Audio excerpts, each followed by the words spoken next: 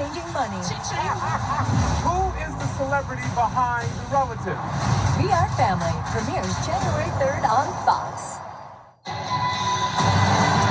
Dan Campbell told us the other day, part of the allure of coming to Detroit as both a player and a coach, I wanted to be a part of turning this thing around. And they are on the verge of a division title if they can keep the Vikings out of the end zone. You know, the best thing about Dan Campbell's team, when they were struggling, we called a bunch of their games, and there was never any finger pointing. They all had the vision. They all believed that they could get to this point, and we were the ones. We love watching the way that they were building it. It looks really good. First and 10 for the Vikings from their 33-yard line. 2 minutes remaining. Mullins looking downfield, throws, and the pass gets batted down. Intended for Brandon Powell. Aiden Hutchinson getting a hand on it. Aiden Hutchinson being disruptive again.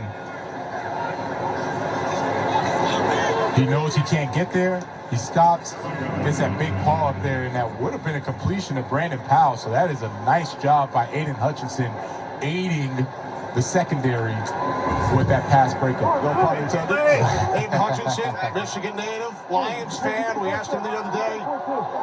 He said it was tough being a Lions fan when I was growing up. Calvin Johnson, his favorite player. He said he was the Barry Sanders of my generation. Yeah! Vikings have recovered. Justin Jefferson falling on it. Clock continues to run. This is Romeo Aquar. He's going to get the pressure coming from the left side. Beats C.J. Ham, who's supposed to be in there for better pass protection. And if John Kaminsky could have picked that up, he would have been walking into the end zone for a touchdown. Third down at 27. Mullins fires.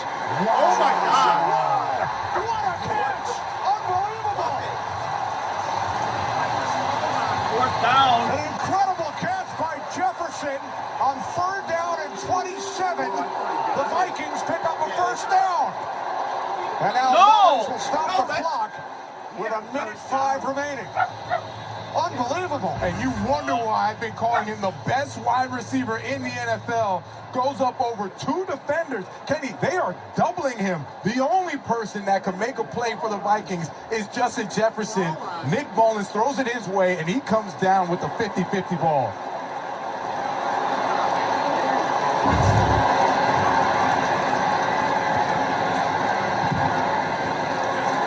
That's Mullins' 10th completion of at least 20 yards, and most of them have gone to Jefferson.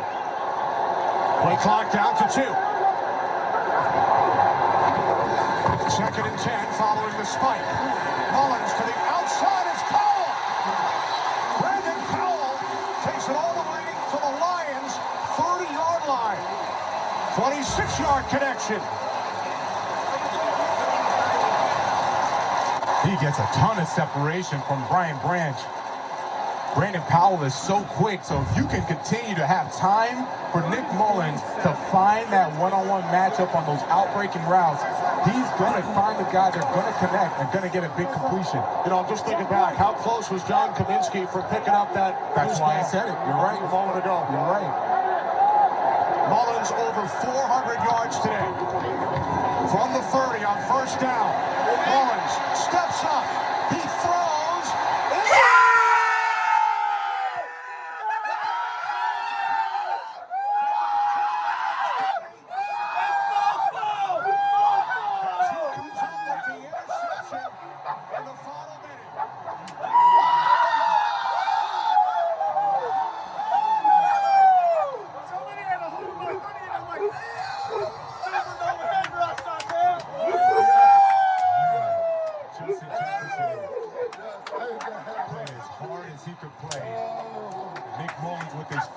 Interception.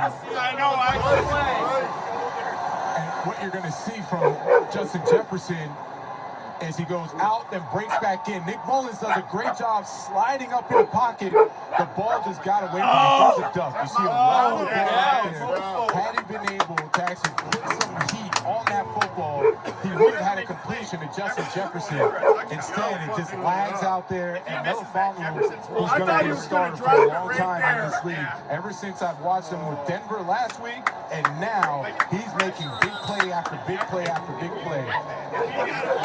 Mullins has thrown for over 400 yards, a couple of touchdowns, but that's his fourth pick. And now we hear "Let's Go Lions" chants here in Minneapolis. They have never hosted a postseason game at Ford Field. Their last home playoff game, January '94, against the Packers. They are the only NFC team that has not gone to a Super Bowl. The Detroit Lions, with their first division title since 1993. Hayden Hutchinson told us this is a hat and t-shirt game. Well, they're going to be celebrating with those hats and t-shirts. Boy, did the Vikings make them earn it today. Even with the 4 interceptions, still only won by one score, 30-24. That was a valiant effort by the Vikings. A ton of players went down, but give all the credit to the Lions. They ran the ball well. They passed the ball well. Defensively, they made big play after big play when they had to. They earned this victory today. So congratulations to the Detroit Lions, NFC North champions. Vikings, of course, still remain alive in postseason contention. Lions win it 30-24. What a game. For Jonathan Vilma and Shannon Spake, I'm Kenny Albert. We head to Los Angeles for the State Farm Game Break. Welcome to the State Farm Game Break Show. We are minutes away from Dak Prescott and the Dallas Cowboys hitting the road to try and bounce back from last week's tough loss against Buffalo. We got to do it against another NFC or AFC East powerhouse as the Miami Dolphins. Tyreek Hill in uniform, ready to go today for what should be a fantastic matchup in America's Game of the Week. That comes your way in just a bit. Right now, we welcome you to the State Farm Game Break Show. Come on inside and stay a little while, folks. Let's talk about this Detroit Lions team here, and I'll start with you, Howie.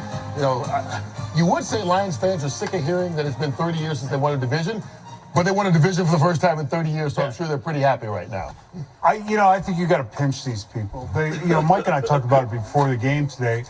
These Detroit fans, they've been coming out for years, losing, hoping this is the year. Like we talked about, I think this team has been built exceptionally well, particularly on offense. I think Jimmy talked about the young talent on offense, the offensive line, the run game, the wide receiver, tight ends. The defense, if Gardner Johnson can come back, and I think he will, I think that adds a great deal to their secondary. Well, I have to say, to my buddy Michael Geyser, and of course one of our friends, Keegan Michael Key, who we love from Key and Peele, congratulations. It's been 30 years for both of you. And they have hung in there and every week getting texts. So, and J-Red Goff. Yeah, J-Red Goff, or J-Red Goof, or whatever you're going to call him. But, you know, it really is amazing to watch this team. And in this game, though, they were letting Minnesota hang around, and I'm so nervous for them. But to see them at the end of the game step up and to watch the happiness of Dan Campbell, somebody who I played with, somebody I'm a friend with, and somebody who I appreciate so much in their style, to watch him come in and completely transform this organization when they've had many of other more accomplished coaches at the time come in, it's been fun to watch. And I just know that this team is a team that has the potential to be dangerous for many, many years to come. And for any team that turns it around, it's got to be the quarterback. You know, Jared Goff, at times has been disrespected in this league. And he's come in and he's been the key, he's been the catalyst to turning this football team around. He's played outstanding, and not only this year, but last year he turned them around. So I'm happy for him. You have to, and I've said this for years on this show, that anytime you have a change, be it quarterback or the head coach, you should see one good something about that team that's different, and in the good way. And I think Campbell came in, and we weren't real sure about Campbell because he was a little different. You know, it's like, I don't know, is that how I want my head coach to be? Obviously, perfect coach, perfect team.